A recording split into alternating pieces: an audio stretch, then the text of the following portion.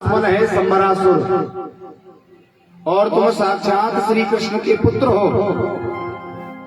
अब प्रद्युम्न को गुस्सा आया और प्रद्युम्न ने संबरासुर को ललकारा। युद्ध हुआ, प्रद्युम्न विजयी हुए और प्रद्युम्न अपनी पत्नी रति के साथ में द्वारिका लौटे। लेकिन मैया रुक्मिणी को बहुत दुख था कि उनका छोटा सा बच्चा घर से ही चुरा लिया गया। लेकिन इस बात की खुशी थी कि अब मिला तो बहू रानी के संग। जब आया तो बहू रानी को लेकर के आया। बोलो राधे राधे। परीक्षित पूछते हैं, महाराज भगवान के और अन्य भी विवाह हुए थे, उनके बारे में मुझे बताइए। तो सुखदेव स्वामी कहते हैं, राजन एक सत्राजित नाम का राजा था, जिसने भगवान सूर्य की उपासना करके भगवान सूर्य को प्रसन्न किया और भगवान सूर्य ने उसे एक मणि दी, जो मणि 8 भार सोना नित्य प्रति देती थी। एक भार में होता है लगभग 20 तोले, 20 तोला सोना एक भार में, तो 8 भार सोना नित्य देती थी। एक दिन सत्राजित वो मणि पहन के द्वारकाधीश से मिलने आ गया। अब वो मणि पहन रखी थी तो एकदम ऐसे चमक रही थी जैसे साक्षात सूर्य नारायण चले आ रहे हो। तो द्वारकाधीश की सभा में जितने लोग बैठे थे वो एकदम सोचने लगे कि साक्षात ऐसा लग रहा है जैसे सूर्य भगवान आ रहे हों। लेकिन द्वारकाधीश ने कहा कि ये सत्राजित है और ये चमक जो है इस मणि की है। तो सब लोगों ने सत्राजित से कहा कि भैया ये मणि आप जो है द्वारकाधीश को दे दीजिए, इनको बड़ी अच्छी लगेगी।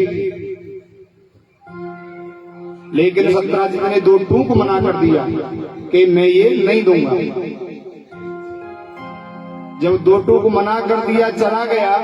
एक दिन सत्राजित का भाई प्रसेन उस मणि को पहन के शिकार खेलने के लिए चला गया। तो जंगल में एक शेर ने उसे मार दिया और वो मणि छीन ली। जब कई दिन हो गए सत्राजित का भाई प्रसेन नहीं आया तो सत्राजित को ये शंका हो गई कि मेरा भाई श्री कृष्ण ने मार दिया है, क्योंकि उस मणि पर श्री कृष्ण की नजर थी, यदुवंशियों की नजर थी। तो मुझे लगता है कि श्री कृष्ण ने ही वो मणि चुराई है और मेरे भाई को मार दिया है। जब ये बात अपनी पत्नी से कही सत्राजित ने, तो पत्नी से ये भी कहा कि अभी इसका कोई प्रमाण नहीं है देवी, किसी से कहना मत, क्योंकि प्रमाण नहीं है तो किसी से कहने का क्या लाभ। लेकिन हम पहले ही बता चुके हैं, माताएं बीमार हो जाती हैं अगर किसी बात को न बताएं। इनके पेट में दर्द होता है, किसी बात को अपने पेट में रख ही नहीं सकती। इसीलिए एक पड़ोसन से कह दिया कि बहन सुनती है, वो बने बैठे द्वारकाधीश अपने आप को राजा देराज कहते हैं, मेरे देवर मणि पहन के गए थे, उसको मार दिया और मणि छीन ली।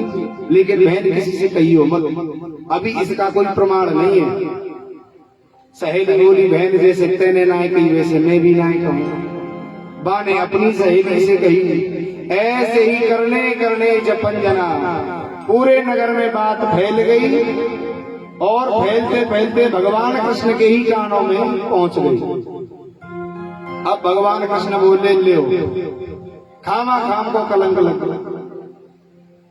हमने ना कुछ किया ना, लेकिन वैसे ही। लेकिन अब भगवान ने सोचा जब कलंक लगा है तो इसे मिटाने के लिए ये साबित भी करना पड़ेगा कि मणि हमने नहीं ली। तो भगवान उसकी खोज में प्रसेन की में चल गए। जब जंगल में जाकर के देखा तो प्रसेन का सब मिला। वहां से आगे चले तो सिंह के, शेर के पद चिन्ह मिले। उनको देखते देखते आगे गए तो शेर का भी जो है सब मिला। और वहां से आगे रीछ जामवंत जी के, जो रामादल के थे, उनके चिन्ह मिले। अब उनका अनुसरण करते करते जामवंत जी की गुफा तक पहुंच गए भगवान। और जो सैनिक थे उनसे कहा कि भैया अगर हम 15 दिन तक वापस ना आए तो आप लोग लौट जाए। और भगवान अकेले ही उस गुफा में चले गए।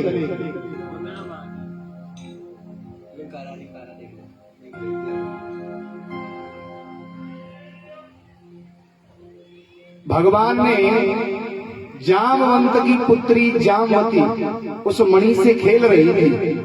जब जामवती को देखा तो जामवती एकदम डर गई। जब चीखी तो जामवंत जी अंदर थे, वो बाहर आए और भगवान कृष्ण को देख करके मारने के लिए ललकारा कि तुम मेरे घर में बिना मेरी आज्ञा के आ गए, तुम कौन हो? तो भगवान ने कहा भैया ये मणि हमारी है। अब जामवंत जी कहने लगे कि ये मणि तो मैंने अपनी पुत्री को दे दी है और पुत्री को दिया हुआ धन पिता कभी वापस नहीं लेता, इसीलिए ये मणि तो नहीं मिलेगी महाराज। भगवान बोले अच्छा तो युद्ध करो हमसे। जामवंत जी बोले आ जाओ। जामवंत जी और भगवान कृष्ण का 28 दिन तक युद्ध चला। जब 28वें दिन भगवान ने जामवंत जी की नस नस ढीली कर दी। जामवंत जी समझ गए कि ये कोई और नहीं, मेरे साक्षात प्रभु राम हैं, जो मेरा मनोरथ सिद्ध करने के लिए आए हैं। जब राम और रावण का युद्ध हो रहा था तो जामवंत जी ने कहा था भगवान राम से कि प्रभु हाथों में खुजली हो रही है, लेकिन एक ही योद्धा था जो हमारी बराबरी कर सकता था, वो है रावण, और वो आपने मार दिया। अब हम किससे लड़े? एक आप हो जो हमसे बराबरी कर सकते हो, अगर आप चाहो तो हमसे युद्ध कर लीजिए। भगवान ने कहा जामवंत जी हम अभी मर्यादा में हैं और तुम हमारे ही अनुचर हो, इसीलिए हम तुमसे युद्ध नहीं कर सकते, लेकिन तुम्हारा ये मनोरथ हम जरूर पूरा करेंगे। तो आज उसी मनोरथ को पूरा करने के लिए भगवान पधारे और जामवंत जी समझ गए। अब जामवंत जी कहने लगे महाराज ये मणि जो है मैंने अपनी पुत्री को दे दी थी और पुत्री को दिया हुआ धन पिता कभी वापस नहीं लेता। अब आप ऐसा करिए मेरी पुत्री से विवाह कर लीजिए और इस मणि को दहेज में ले लीजिए। भगवान बोले जैसी तारी इच्छा। तो भगवान का दूसरा विवाह हुआ जामवती से। बोलो राधे राधे।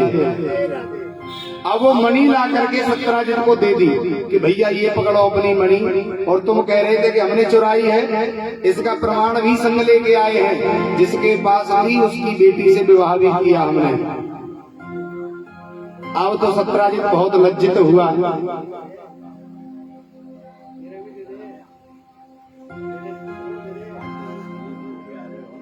कि भगवान मुझसे गलती हुई, भूल हो गई।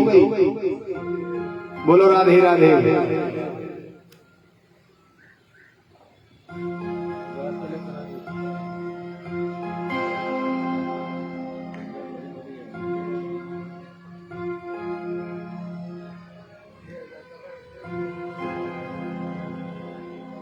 जो जनता जो होती है उसकी हवा जो है बदलने में समय नहीं लगता। पहले जब सत्यराजित की पत्नी ने कहा कि भगवान कृष्ण ने चोरी की है तो सब लोग कहने लगे अरे हाँ भैया वो तो है ही बचपन का चोर। पहले माखन मिश्री चुराता था, अब जो है मणियां चुराने लग गया। लेकिन जब मणि मिल गई तो सब लोग कहने लगे अरे भैया हमें तो पहले ही मालूम थी भगवान ऐसा ना करेंगे, लेकिन तुम ही नहीं मान रहे थे। अब सत्यराजित ने कहा प्रभु मैंने ये संकल्प कर रखा था कि मैं ये मणि जो है अपनी पुत्री को दूंगा, तो आप जो है मेरी पुत्री से विवाह कर लीजिए और ये मणि कन्यादान में ले लीजिए। भगवान बोले भैया ये मणि हमें नहीं चाहिए। लोग फिर ये कहेंगे कि मणि के चक्कर में विवाह किया है, कृष्ण बड़ा चालाक है, इसीलिए मणि का फिर जो है चक्कर हमसे जुड़ेगा। इसीलिए मणि तुम अपने पास में रखो, लेकिन ये जो सोना जो जितना निकलता है 8 भार वो हमें आप भिजवाते रहना। सत्यराजित की पुत्री का नाम था सत्यभामा। तीसरा विवाह हुआ भगवान का सत्यभामा से। बोलो राधे राधे। एक बार भगवान इंद्रप्रस्थ पहुंचे दिल्ली, पांडवों की नगरी। अर्जुन के साथ में यमुना के किनारे घूमते घूमते भगवान ने देखा कि एक जो है कन्या वो तप कर रही थी। तो भगवान ने कहा अर्जुन से, अर्जुन पुरुष तो हमने बहुत देखे तप करते हुए, लेकिन पहली बार किसी कन्या को देख रहे हैं, जरा पता तो लगाओ ये किसके लिए तप कर रही है। अर्जुन गए और अर्जुन ने पूछा कि देवी तुम कौन हो? तो अपना परिचय देने लगी। अहम देवस्य सवितुर दोहिता पतिमिच्छति विष्णुम्बरेण्यं वरदं तप परमास्थिता। मेरा नाम जो है कालिंदी है, मैं सविता सूर्य की पुत्री हूँ और मैं भगवान विष्णु को पति के रूप में वरण करना चाहती हूँ, इसीलिए तप कर रही हूँ। अब अर्जुन आए भगवान के पास, बोले महाराज आपके लिए तप कर रही है। भगवान बोले अच्छा भैया। अर्जुन ने भगवान कृष्ण का ये चौथा विवाह जो है अपने हाथों से संपन्न किया, पाण ग्रहण संस्कार करवा दिया। बोलो राधे राधे। एक थे अवंती उज्जैन नरेश, बिंद और अरविंद। इनकी बहन का नाम था मित्रवृंदा। ये राजनीतिक लाभ पाने के लिए दुर्योधन के साथ में विवाह करना चाहते थे अपनी बहन का, लेकिन मित्रवृंदा जो है वो भगवान कृष्ण को भजती थी। और भगवान तो घटघट के वासी है, सबके मन का जानने वाले हैं। भाइयों ने कहा था कि स्वयंवर में दुर्योधन के ही गले में माला डालना, लेकिन मित्रवृंदा ने अपने भाइयों की परवाह न करते हुए भगवान द्वारकाधीश के गले में माला डाल दी। बोलो राधे राधे। ऐसे भगवान के विवाह हुए 5, गिनते रहिए। एक थे महाराज कौशल नरेश नग्न, जिनकी बेटी का नाम था सत्या देवी। इन्होंने प्रतिज्ञा कर रखी थी कि जो भी 7 बैलों को एक साथ नाथ देगा, मैं उसी के साथ में अपनी पुत्री का विवाह करूंगा। अब बहुत से राजकुमार जाते अंग भंग होकर के लौट आते, लेकिन किसी ने भी वो 7 बैल एक साथ नहीं नाथे। तो भगवान ने सोचा कि जो कार्य कोई नहीं कर सकता वो हम करेंगे। भगवान गए और 7 बैलों को एक साथ नाथ दिया और भगवान का विवाह सत्या देवी से हुआ। बोलो राधे राधे। एक थी वसुदेव जी की बहन है श्रुत कीर्ति। ये भगवान कृष्ण से बहुत प्रेम करती थी।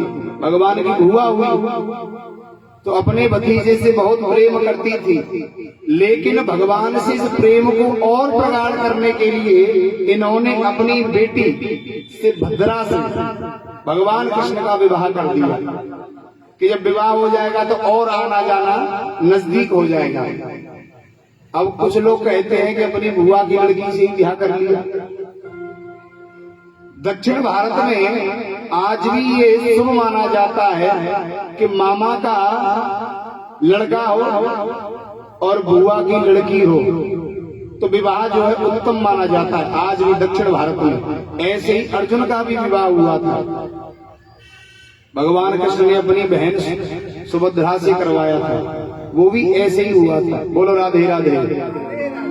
एक बार भगवान ने घूमती हुई मछली का प्रतिबिंब देख के उसका भेदन किया और लक्ष्मणा नाम की कन्या से विवाह हुआ। ऐसे भगवान के 8 विवाह हुए जो अलग अलग हुए और भगवान के 16,100 एक ही मुहूर्त में विवाह हुए थे।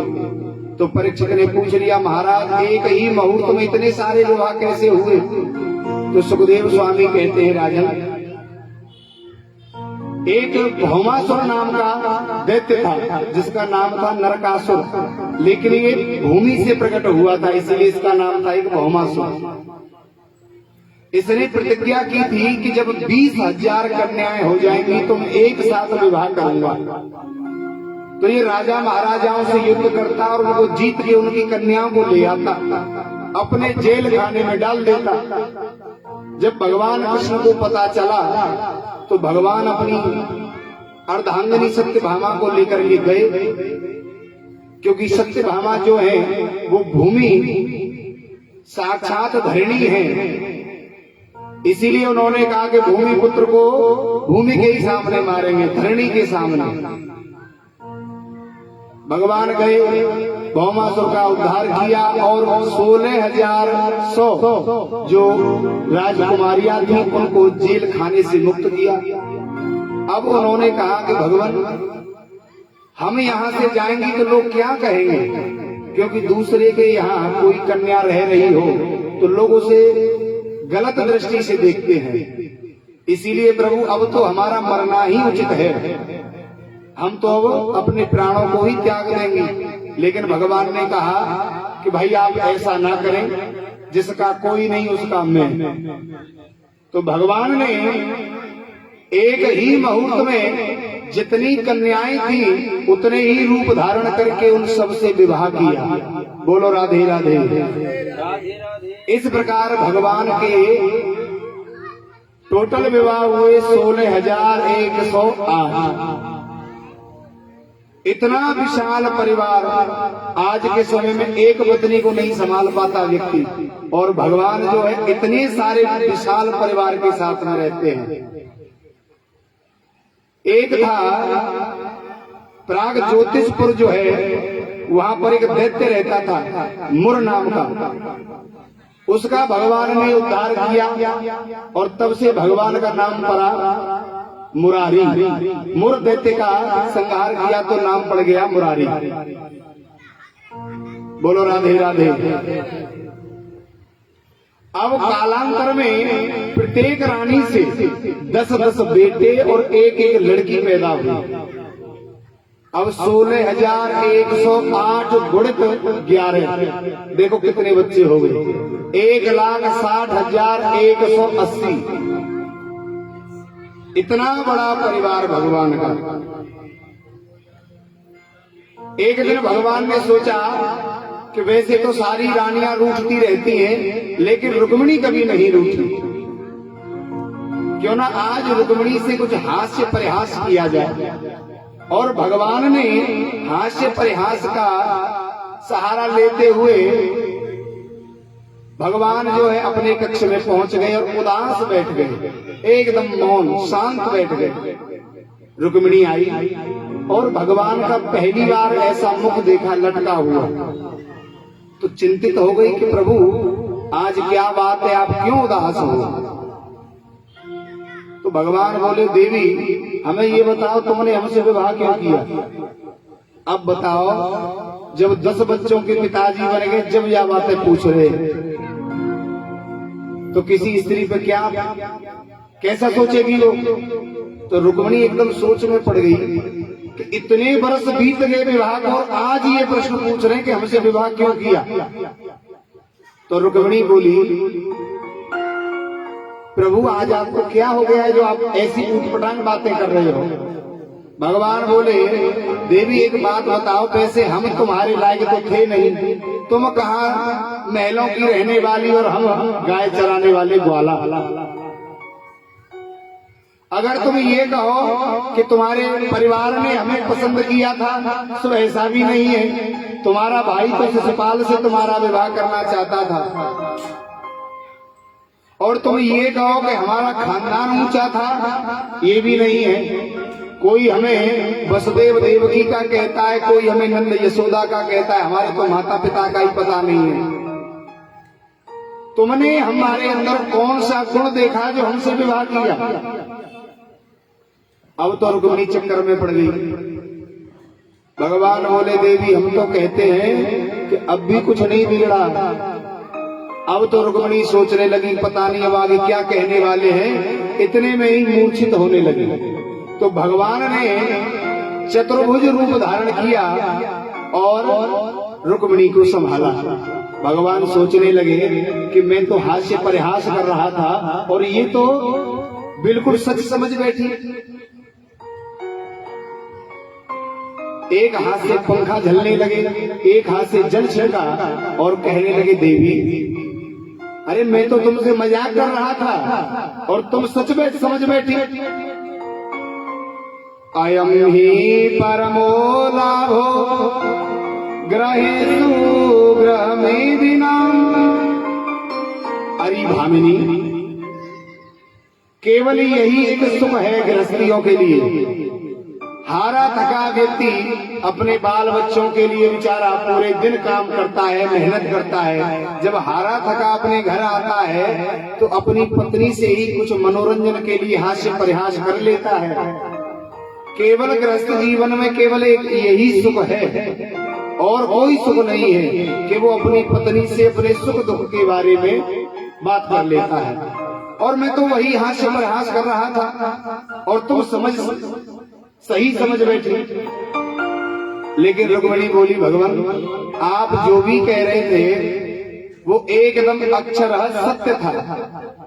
अब भगवान खूब हंसे और बोले देवी पहले हम मजाक कर रहे थे, अब तुम मजाक कर रही हो। रुक्मिणी बोली मैं मजाक नहीं कर रही कि अच्छा तो हम बिल्कुल गवार हैं, हमारे अंदर कोई गुण नहीं। अब रुक्मिणी के शब्द शैली को देखिए। रुक्मिणी ने भगवान की बड़ी प्यारी स्तुति गा दी। रुक्मिणी जी बोली भगवान आप में कोई गुण नहीं है, इसीलिए आपके भक्त आपको निर्गुण कहते हैं। आपने कहा कि आपके माता पिता का पता नहीं, तो प्रभु आप इस जगत के पिता हैं, भला आपका कौन माता पिता हो सकता है। अब तो भगवान बहुत प्रसन्न हो गए कि वाह देवी अगर आज हम तुमसे हास्य परिहास नहीं करते तो हमें तो पता ही नहीं चलता कि तुम इतनी विदुषी हो। तो भगवान इस तरह अपने इतने बड़े परिवार के साथ में रहते हैं। प्रद्युम्न और अनिरुद्ध पुत्र और पौत्र इनका जो विवाह है, अनिरुद्ध के 2 विवाह हुए थे। एक विवाह हुआ था रुक्मिणी जी के भाई रुक्मी की नातनी के साथ में। अब दाऊ दादा बारात लेके गए थे। रुक्मी ने कहा कि दाऊ जी चलो धूत क्रीड़ा करते हैं, जुआ खेलते हैं। तो जब खेलने लगे तो दाऊ दादा जीतने लगे। लेकिन रुक्मी के जो संगी साथी थे वो आपस में कहने लगे कि हमारा रुक्मी जीत रहा है। लेकिन आकाशवाणी हुई कि दाऊ दादा जीते हैं तो दाऊ जी खिलखिला के हंस पड़े। इतने में रुक्मी को क्रोध आ गया और कहने लगा कि तुम निरे गवार ग्वाले, तुम क्या जानो खेलना, ये तो राजा महाराजाओं का काम है। अब इतने में दाऊ दादा को क्रोध आ गया। नैवाक्ष को विदायूयम गोपाला वन गोचरा, अरे तुम तो वन वन गाय चराने वाले हो, तुमको भला क्या खेलना आएगा। अब तो भगवान दाऊ दादा ने रुक्मी को वहीं पटक लिया और अपने हल मूसल से मारने दौड़े। लेकिन लोगों ने बचा लिया। अब भगवान चक्कर में पड़ गए कि हम किसकी ओर लें, क्योंकि रुक्मी है वो हमारा साला है और दाऊ जी हमारे भैया हैं। अगर भैया की ओर ली तो हमारी पत्नी रूठ जाएगी, तुमने हमारे भाई की ओर नहीं ली। अगर हमने अपने साले की ओर ली तो भैया रूठ जाएंगे कि तुम साले वाले बन रहे हो ज्यादा। लेकिन भगवान ने अकल से काम लिया, कुछ बोले ही नहीं, बिल्कुल मौन रहे। जहां पर अगर आपके बोलने से कोई दुविधा होती है वहां शांत रहने में ही फायदा है। कुछ स्थान ऐसे भी होते हैं कि जहां चुप रह करके समय निकाला जाता है, जहां पर बोलने से बड़े हाहाकार मच सकते हैं। इसीलिए भगवान चुप रहे, कुछ ना बोले। निहते रुक्मिणी स्याले, क्योंकि आजकल अगर साले साहब से कोई सलाह न ली जाए तो पत्नी सबसे पहले रुक जाती है कि तुमने हमारे भैया से नहीं पूछा। सियाल को बुद्धिदायक है, ये कलयुग का प्रभाव है कि साले जो हैं वो अपनी बहन के यहाँ हस्तक्षेप करते हैं और बहन अपने भाई की मानती है, अपने देवर जेठ को नहीं पूछेगी, अपने पति की बात नहीं मानेगी, अपने भाई की बात जरूर मानेगी। हर कार्य में अपने भाई को जरूर बुलाएगी, भैया तुम जरूर आना। और ब्रज में कहावत है कि दीवार बिगाड़े आरो और घरे बिगाड़े सारो। इसका उदाहरण है मामा कंस और मामा शकुनी। शकुनी ने अपने बहन का घर जो है पूरा बर्बाद कर दिया, सब मारे गए। वैसे तो मामा में दो माँ होते हैं, माँ में केवल एक ही माँ होता है, लेकिन माँ दो बार माँ आया। मामा प्रेम भले ही खूब करे, लेकिन मामा की अपने घर गृहस्थी में कभी सलाह नहीं ले, एक साले की ना ले। अगर अपना घर गृहस्थी बढ़िया चलाना हो, इन दो की सलाह से दूर रहे, क्योंकि ये दोनों अपने स्वार्थ की बात करेंगे। आपका हित हो या ना हो, लेकिन अपना हित पहले देखेंगे। अनिरुद्ध जी का दूसरा विवाह हुआ बाणासुर की बेटी उषा से। उषा ने एक दिन सपने में अनिरुद्ध को देखा और अनिरुद्ध से गंधर्व विवाह कर लिया सपने में। इस उषा की एक सहेली थी चित्रलेखा, वो बड़ी मायावी थी। अब उषा ने कहा कि मैं विवाह करूंगी तो उसी से करूंगी। तो चित्रलेखा ने कहा कि तू मुझे बताती चल, मैं उसका चित्र बनाऊंगी और तेरे लिए उसे ले आऊंगी। उषा बताती गई और चित्रलेखा ने चित्र तैयार कर दिया अनिरुद्ध जी का और अपनी माया से अनिरुद्ध को घर से ही उठा लाई। अब उषा के पास में छोड़ दिया। उषा और अनिरुद्ध बातें कर रहे थे और किसी सेवक ने बाणासुर को बता दिया कि तुम्हारी पुत्री के कक्ष में कोई पुरुष है, उसकी आवाज आ रही है। तो जब बाणासुर ने देखा, अनिरुद्ध को कैद कर लिया। एक दिन घूमते घामते नारद जी पहुंचे द्वारिकापुरी और भगवान से पूछा, महाराज बाल गोपाल सब ठीक हैं? भगवान बोले सब कुशल मंगल।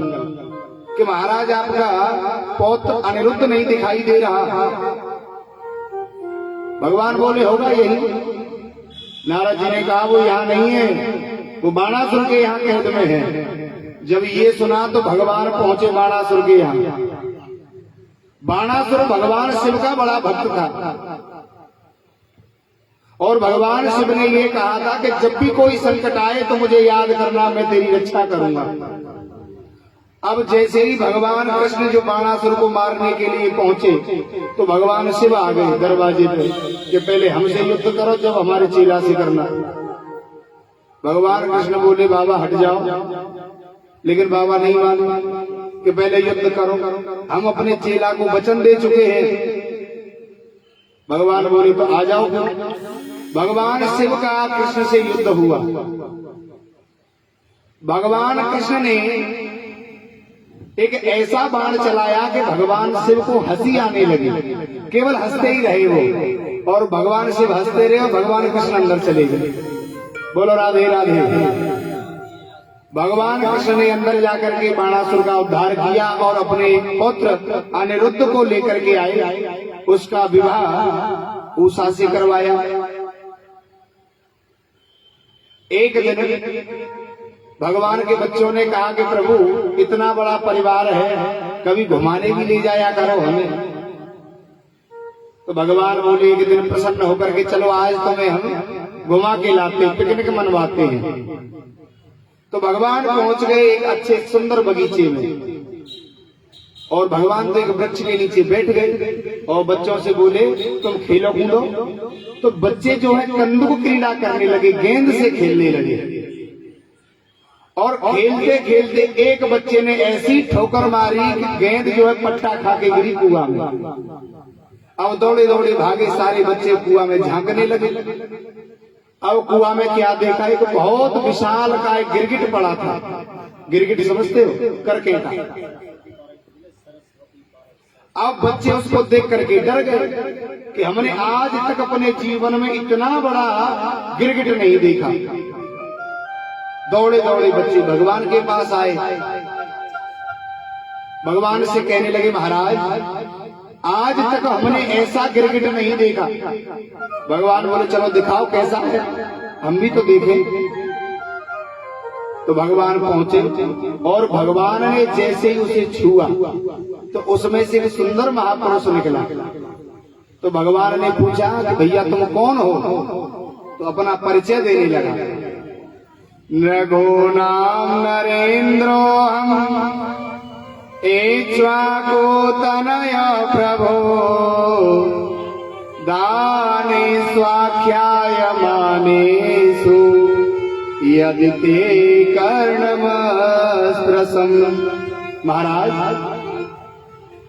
मेरा नाम नृग है और इक्ष्वाकु राजा का पुत्र हूँ, सूर्यवंशी राजा हूँ।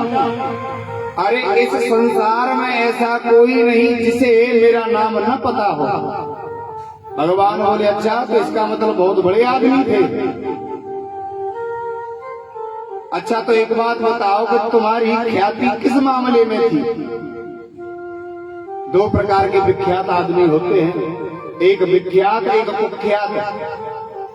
एक तो अच्छे कर्म से जाने जाते हैं, एक बुरे कर्म से जाने जाते हैं।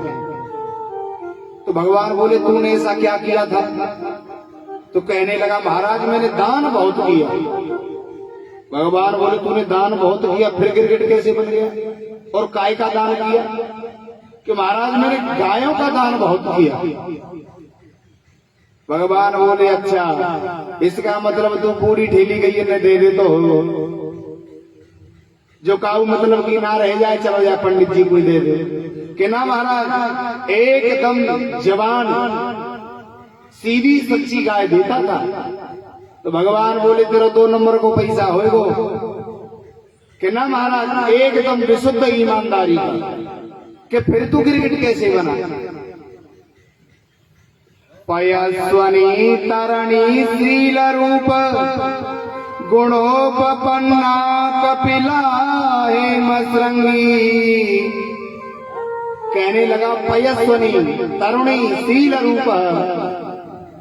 पयस्वनी माने दूध देने वाली, तरुणी जवान, शील रूप एकदम सीधी सच्ची। मरखनी थी इसलिए नहीं, एकदम सीधी एकदम गुणी गाय, कपिला गाय एकदम शुद्ध देसी गाय देता था। आपने देखा होगा जो गाय घूमती हैं एक देसी होती है और एक कपिला गाय होती है। देसी गाय वो होती है जिसके पीठ पर ककुद होता है, जो पीठ पे निकला रहता है ना उसे संस्कृत में ककुद बोलते हैं। अगर वो ना हो तो वो उसमें वो धर्म नहीं होता, वो गाय नहीं होती जिसके ना हो। और आपने देखा होगा कपिला गाय में नहीं होता, देसी गाय में होता है। देसी गाय का दूध जो है वो सबसे ज्यादा पौष्टिक होता है। अगर किसी को अपनी बुद्धि तेज करनी हो, मेधा धातु बढ़ानी हो तो देसी गाय का, श्यामा गाय का दूध पिए, बुद्धि बहुत तेज हो जाएगी। बोलो राधे राधे। तो कहने लगा भगवान से कि भगवान मैंने एक गाय जो है पंडित जी को दान करी और पंडित जी लेके चले गए। वो गाय पंडित जी के यहाँ से रातों रात जो है छूट के मेरे यहाँ आ गई। दूसरे दिन मैंने वही गाय दूसरे पंडित जी को दान में दे दी। पहले वाले ढूंढ रहे थे, दूसरे वाले लेके जा रहे थे। अब दोनों रास्ते में मिल गए। अब दोनों झगड़ बैठे। पहला बोला ये मेरी है, दूसरा बोला ये मेरी है। अब दोनों मेरे पास आए कि राजन तुम ही बताओ ये गाय किसकी है। अब मैं बड़ी दुविधा में फंस गया। एक ही गाय मैंने दोनों को दे दी। अब मैं उसका फैसला न कर सका कि ये गाय किसकी है। मैंने खूब कहा ब्राह्मणों से कि दूसरी गाय ले लो, लेकिन पंडित भी अपनी जिद पे अड़े रहे कि चाहिए तो यही गाय चाहिए, नहीं तो नहीं चाहिए।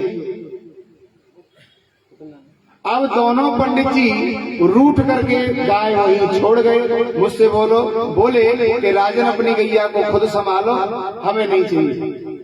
वो दोनों पंडित जब रूठ के चले गए तो महाराज मेरा अंतिम समय जब आया, जब मेरा ये शरीर छूटा, तो यमराज ने मुझसे पूछा कि तुमने पुण्य बहुत किए हैं, बस छोटी सी एक भूल हो गई है, तो बताओ पहले उस भूल को भुगतोगे या अपने पुण्य कर्म। तो मैंने सोचा कि छोटी सी भूल है, पहले उसको भोग लूं, फिर आराम से स्वर्ग का भोग करूंगा। बस मैंने ये कहा था कि उस भूल को ही पहले भोग लेता हूँ। उसी दिन से महाराज गिरगिट बन के पड़ा हूँ इस कुएं में। आज मेरे पुण्य उदय हुए, आपके दर्शन हुए, चलता हूँ महाराज। भगवान को प्रणाम करके चला गया। बोलो राधे राधे। अब भगवान जो है अपने बाल गोपालों को समझाने लगे कि इस कहानी से आपको क्या सीख मिली। भगवान कहते हैं कि जीवन में दो व्यक्तियों से हमेशा सावधान रहना, एक ब्राह्मण से और दूसरा साधु से। इस राजा ने केवल गलती से ब्राह्मण के धन को अपना समझ लिया था, गलती से, और उसी गलती का परिणाम आज ये गिरगिट बन के पड़ा था। भगवान नारायण कहते हैं कि इस त्रिलोकी में ऐसा कोई नहीं जिससे मैं न बचा सकूं। भगवान की कृपा होती है तो व्यक्ति जहर पी ले तब भी बच जाता है, लेकिन भगवान कहते हैं कि बच्चों, केवल ब्राह्मण और साधुओं से तो मैं भी डरता हूँ। इनका कभी भी श्राप मत लेना, इनके धन को कभी अपना मत समझ लेना, क्योंकि ऐसा त्रिलोकी में कोई नहीं जो ब्राह्मण और साधु के धन को बचा सके। प्यार से आप कितना भी ले लो इनसे, कोई बात नहीं। अगर जबरदस्ती से किसी भी साधु या ब्राह्मण का एक पैसा भी आपने लिया, रुपया की तो बात छोड़ो, पैसा भी लिया तो वो भी आपको कई गुना होकर के चुकाना पड़ेगा। बोलो राधे राधे। लोग कहते हैं कि ब्राह्मणों से ही क्यों प्रेम करते हैं भगवान। ब्राह्मणों से भगवान जो इसलिए प्रेम करते हैं क्योंकि ब्राह्मण जो है अपना सब कुछ त्याग करके केवल भगवान के भजन में अपना ये शरीर भी त्याग देते हैं। भगवान इसीलिए सबसे ज्यादा प्रेम करते हैं। लेकिन आजकल के तो ब्राह्मण ही नहीं रहे, क्योंकि ब्राह्मणों ने भी अपना आहार बदल दिया। जो खाने की चीज है उसे तो खा ही रहे हैं, लेकिन जो नहीं है खाने की उसे भी खा रहे हैं। अब तो जैसा मिल जाए केवल पेट भरने से मतलब है, लेकिन वो ब्राह्मण नहीं, क्योंकि ब्राह्मण के अंदर जो तेज होता है वो तेज जब हीन हो जाता है तो वो ब्राह्मण किसी मतलब का नहीं है। आजकल श्राप क्यों नहीं लगते ब्राह्मणों के? क्योंकि ब्राह्मणों ने उल्टा सीधा खाना चालू कर दिया, भगवान का भजन करते ही नहीं, जैसा आए बस जेब भर जाए, लेकिन उससे कल्याण नहीं होगा। और ना जब वो अपना ही नहीं कर सकते किसी दूसरे का क्या करेंगे भला।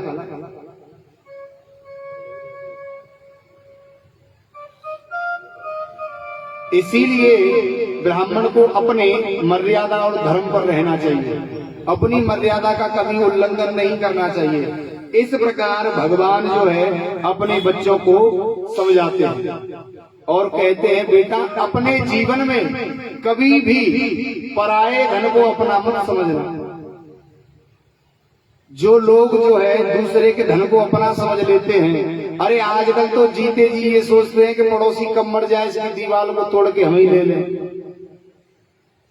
जो दूसरे के धन को हर लेता है वो तामिश्र नरक में जाता है। गरुड़ पुराण में लेख है, भागवत में भी नरकों का वर्णन दिया है।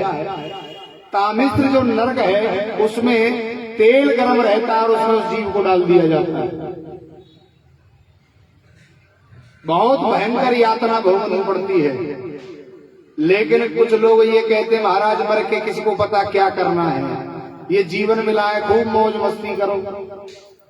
अरे ये जो मानुष तन मिला है तुम्हें मौज मस्ती के लिए नहीं मिला, भगवान का भजन करके भगवान को पाने के लिए मिला है। इस जन्म मरण के भव से अगर मुक्त होना है तो भगवान का भजन करो। ये जो मानव तन है 84 लाख योनियों में दरवाजा है इस भव से पार होने का। और जितनी भी योनियां हैं उनमें खाना पीना सोना मैथुन करना ये सब है, लेकिन मनुष्य जीवन में विवेक है। बुद्धि तो सब में होती है, भैंस में भी बुद्धि होती है, कुत्ते में भी होती है, लेकिन विवेक नहीं होता। विवेक कहते हैं सत्य और असत्य को पहचानने वाला विवेक, विवेकी पुरुष। विवेक केवल मानव में होता है, जो ये जानता है ये सही है ये गलत है, और उस सही गलत का निर्धारण करके हमको कर्म करने चाहिए। लेकिन व्यक्ति लोभ के वशीभूत होकर के गलत कर्म करता है, केवल ये सोचता है कौन देख रहा है, लेकिन ऐसा नहीं है कि कोई नहीं देख रहा। भगवान अंतर्यामी है, घट घट के वासी है। इस प्रकार अपने बच्चों को समझाया। एक दिन दाऊ जी ने कहा कृष्ण से, अरे कन्हैया, हम ब्रजवासियों से कह के आए थे कि परसों आ जाएंगे, लेकिन आज वर्षों निकल गए, अभी तक हम गए नहीं, क्यों ना वृंदावन घूम के आया जाए। तो भगवान बोले, भैया आपको जाना है तो आप चले जाओ। तो दाऊ जी बोले, इसका मतलब ये है कि तुम नहीं जाओगे। तो दाऊ जी वृंदावन अपने सभी मित्रों से मिलने के लिए चले गए। द्वौ मासवो तत्र चावासी मधुम माधवमेव च। मधु माधव कहते चैत्र वैशाख को, चैत्र का महीना और वैशाख, मधु माधव। आजकल तो हम अपने नए वर्ष को ही भूल गए हैं, क्योंकि पढ़े लिखे ज्यादा हो गए हैं, इसीलिए भूल गए हैं। हमारा नववर्ष कब आता है?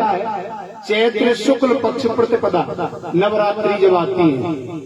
हमारे सनातन धर्म में हिंदुओं की नववर्ष वो है। सरकार का लेखा जोखा भी उसी समय होता है, मार्च के महीने में, और नवरात्रि भी तभी आती है। आपने देखा होगा वृक्षों से पुराने पत्ते झड़ जाते हैं और नए नए कोमल पत्ते आते हैं। हर तरफ नया वातावरण हो जाता है चैत्र के महीने में।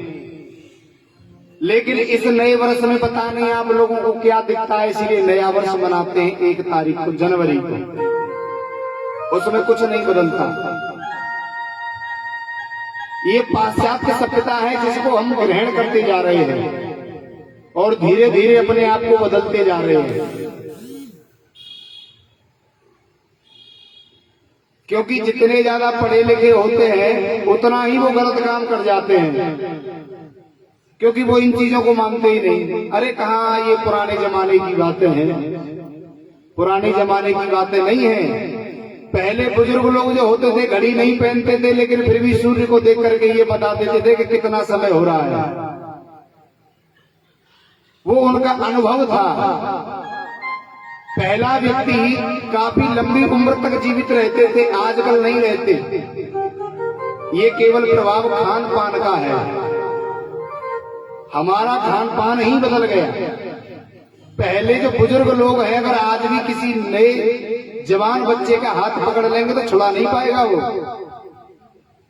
क्योंकि आजकल के जो बच्चे हैं वो पेटीज, बर्गर वगैरह वगैरह पता नहीं क्या क्या खाते हैं। ये बीमारियां जो है केवल हमारे ही पोषण खाने से बनती हैं। ये शरीर जो है शुद्ध शाकाहारी बनाया है भगवान ने। इसमें कोई ऐसी चीज नहीं है कि जो मांस खाने से बढ़ती हो, लेकिन व्यक्ति फिर भी अपनी जिह्वा के स्वाद के लिए मांस खाता है और बीमार होता है। हर जीव अपनी मर्यादा में है। आप देखना, गाय घास खाती है, पशु है घास खाती है, वो कभी मांस नहीं खाती। कुत्ते हैं वो मांस खाते हैं, उल्टा सीधा खाते हैं। लेकिन आदमी उसे कैसा भी खिला दो, रोटी खिला दो, मांस खिला दो, अंडे खिला दो, वो सब खा जाता है। और व्यक्ति ही अपनी मर्यादाओं का उल्लंघन कर चुका है। जब कोई अपनी मर्यादा को तोड़ देता है तो फिर भगवान उसका साथ नहीं देता, और जो मर्यादा में रहता है उसे भगवान भी साथ देते हैं। इसीलिए अपनी हमेशा मर्यादा में रहना चाहिए व्यक्ति को। आजकल के बच्चे अपने माँ बाप की भी सेवा नहीं करते, राम राम तक नहीं करते, क्योंकि पढ़े लिखे हैं, गुड मॉर्निंग गुड नाइट करना सीख गए हैं। और माँ बाप भी ऐसे रह गए कि जो अपने बच्चों को समय नहीं दे पाते कि हमारा बच्चा क्या कर रहा है। अरे ज्यादा नहीं तो शाम को जब पूरा परिवार इकट्ठा हो तो साथ में भोजन करना चाहिए और अपने बच्चों से पूछना चाहिए। आजकल ना तो माता पिता पे समय है और ना ही बच्चों पे। माँ बाप भी बच्चों को पैसा दे करके, मोबाइल दे करके पीछा छुड़ा लेते हैं कि तू अपना कमरा संभाल, जो करना है वो कर। पहले माँ जो है अपने पल्लू में छुपाती थी अपने बच्चे को, आजकल पल्लू ही नहीं बचा क्योंकि जींस पहनती हैं।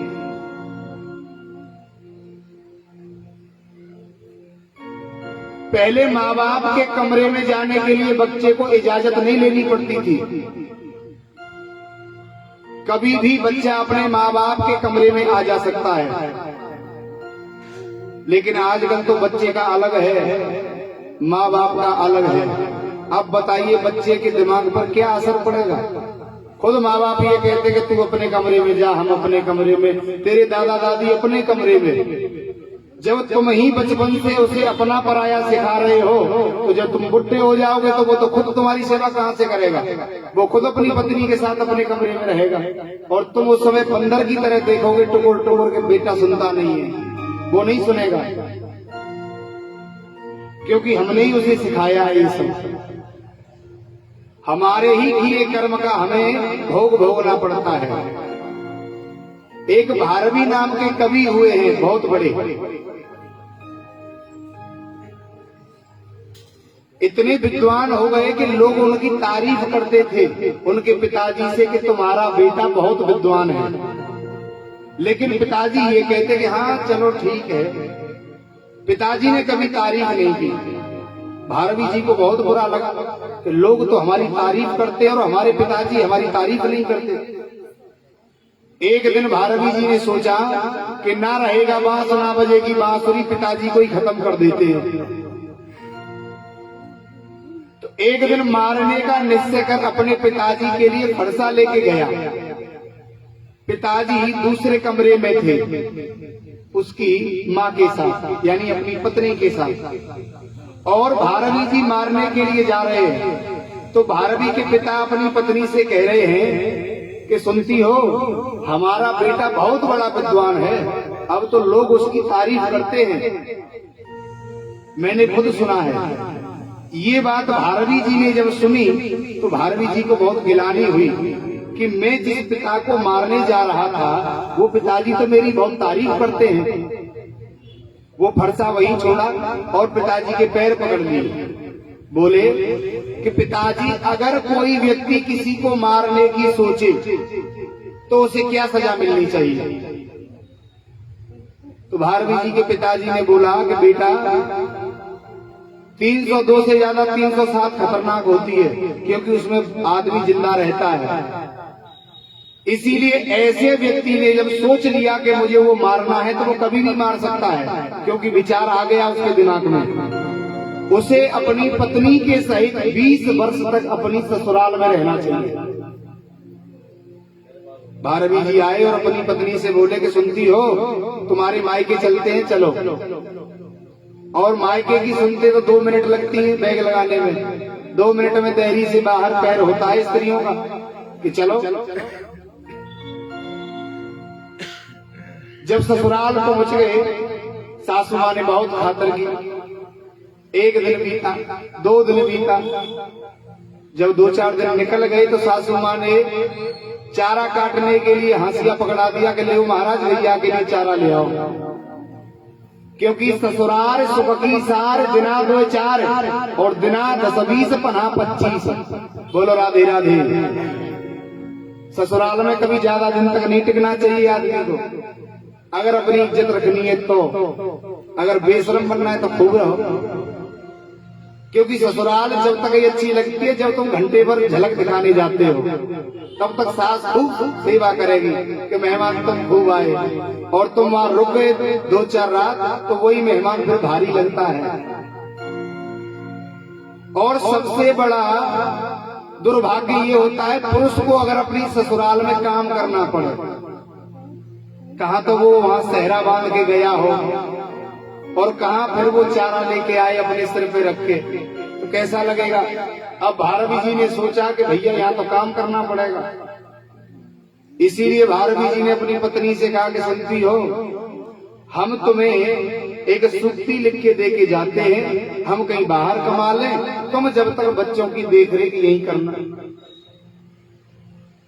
विदेश में भले ही आप जो है झाड़ू मार लो, लेकिन ससुराल में अगर सहिंसा की भी नौकरी मिल रही हो तो वो भी नहीं करनी चाहिए। बैठने की नौकरी नहीं करनी चाहिए, क्योंकि वहां इज्जत नहीं रहेगी। फिर भारवी जी चले गए। एक दिन उनकी पत्नी को धन की आवश्यकता हुई तो एक सेठ जी के यहाँ पहुंच गई। पहले व्यापार जो है वो जल के मार्ग से होता था, समुद्रों के रास्ते। तो सेठ जी व्यापार के लिए गए थे। सेठानी घर में अकेली थी, तो सेठानी जी को वो सूक्ति दी और कहा कि कुछ धन मुझे दे दो। वो अच्छी लगी सेठानी को और कुछ धन दे दिया। और वो सूक्ति सेठानी ने अपने बेडरूम में, शयन कक्ष में जहाँ सोती थी वहां लगा दी, चिपका दी दीवार पे। कुछ समय के बाद में सेठ जी आए। वर्षों लग जाते थे जल के मार्ग से व्यापार में। जब सेठ जी गए थे, जब सेठानी गर्भवती थी, और जब आए तो कई बरस हो गए थे, वो बच्चा जो है थोड़ा बड़ा हो गया। अब सेठानी कुछ कार्य में बिजी थी। सेठ जी सीधे अपने शयन कक्ष में पहुंचे। बच्चा ओढ़ के सो रहा था। तो सेठ जी को भ्रम हो गया कि मेरे जाने के बाद में सेठानी ने कोई दूसरा कर लिया। अब मारने के लिए तलवार उठा ली कि नहीं छोड़ूंगा इसे। जब मारने के लिए तलवार से जैसे ही उद्धृत हुए तो उस सूक्ति पर उनकी नजर चली गई, जिसपे लिखा था सहसा क्रिया न विद्यते। सहसा माने अचानक से, क्रिया माने काम कोई नहीं करना चाहिए, अचानक से कोई भी कार्य नहीं करना चाहिए। जब ये देखा तो वो रुक गए। इतने में सेठानी आ गई। सेठानी ने कहा क्या कर रहे थे महाराज, ये तो आपका ही पुत्र है और आप अपने ही पुत्र को मार रहे थे। कि मैं तो इसे मार चुका होता, लेकिन मैं तो इसे पढ़ के रुक गया, ये किसने दी। तो भारवी की पत्नी को बुलाया और धन दिया। कहने का भाव ये है कि पुत्र को अपने माता पिता के कमरे में जाने की कोई आज्ञा की अनुमति की जरूरत नहीं होती, वो कभी भी आ जा सकता है। पहले जमाने में ऐसा ही होता था। अपने बच्चों के सामने माता पिता कभी एक जगह बैठ के बात नहीं करते थे, दूर रहते थे, मर्यादा रहती थी। और आजकल 8 नहीं बजते उससे पहले गेट बंद, बेटा दूसरे कमरे में। ये मानसिकता को बदल रहा है। जब उस बच्चे को माँ की जरूरत होती है तो वो माँ जो है उसको समय नहीं दे पाती, क्योंकि माँ जो है नौकरी वाली है ना, नौकरी के लिए जाती है। उस बच्चे के लिए नौकरानी रखी है कि तू इसे संभाल, मैं नौकरी करूंगी। जब वो बुढ़ी हो जाती है, नार हिलने लग जाती है, हाथ काम नहीं करते, और वो बच्चा जवान हो जाता है, जब वो कहती है बेटा एक गिलास पानी, तो वो कहता है नौकरानी रख देंगे तेरे लिए, मेरी नौकरी है दूर, अपनी पत्नी को लेके रहूंगा वहां। फिर रोती है फूट फूट के, हाय मेरा तो एक ही छोरा हो, वो ना मेरे झोरे आवे। अरे क्यों आएगा, जब उसे जरूरत थी तेरी, जब तू थी क्या उसके पास नहीं थी। जब तूने उसे छोड़ दिया था नौकरानी के हवाले, आज तुझे छोड़ दिया उसने, क्योंकि जैसी करनी वैसी भरनी। बच्चा भी वही करता है जो आप कर रहे हैं उसके साथ। आजकल लोग पैसे के पीछे भाग रहे हैं। स्त्रियों ने अपनी मर्यादा तोड़ दी, पुरुषों ने भी तोड़ दी। अरे आप अब ये कहती है कुछ स्त्रियां कि महाराज खर्चे बहुत हैं, हमारा पति कब तक कमाएगा, हम भी उसका हाथ बटा दें थोड़ा। सही सही बताओ खर्चे किस बात के हैं। खाने पीने की चीजें कोई महंगी नहीं। बाथरूम में जाकर के देखिए इतने डिब्बे मिलेंगे, सारा खर्चा उस डिब्बों का है। बोलो राधे राधे। बाथरूम में जितने डिब्बे मिलेंगे शैम्पू साबुन क्रीम के, उनके खर्चे हैं जिनको तुम्हारा पति नहीं पूरा कर पा रहा। खाने पीने की पति कभी कभी नहीं करता, लेकिन तुम्हारी शौक मौज है जो बेकाम की है, उससे कोई फायदा नहीं। अरे रूप रंग वो होता है जो भगवान ने दिया है। इस काया को क्या सजाना, क्या क्रीम लगाना। सुंदरता वो नहीं होती कि गोरी गोरी चमड़ी हो जाए, वो सुंदर हो जाए व्यक्ति, अंदर से काला हो, ये सोचे कि ये दादा कब मर जाए और मुझे मिल जाए, वो गोरा नहीं होता, वो सुंदरता नहीं होती। सुंदरता वो होती है जो मन से होती है। लेकिन आजकल धन के पीछे भाग रहे हैं और संतान भी फिर वैसी हो जाती है। इसमें संतान का दोष नहीं है, दोष हमारा तुम्हारा है। अरे माँ को चाहिए कि कम से कम जब तक वो समझने लायक ना हो जाए तब तक वो अपने आंचल में छुपा के रखे उसे, वो माँ का प्यार समझे कि माँ का प्यार क्या होता है। लेकिन माँ तो चली जाती सुबह 7 बजे, अपने पति के लिए भी खाना नहीं बनाती कि सुनते हो कर लेना मैं चलती हूँ, और बच्चे को भी खिला देना, स्कूल जाएगा वो। आजकल ये रह गया है स्त्रियों का स्वभाव। बोलो राधे राधे।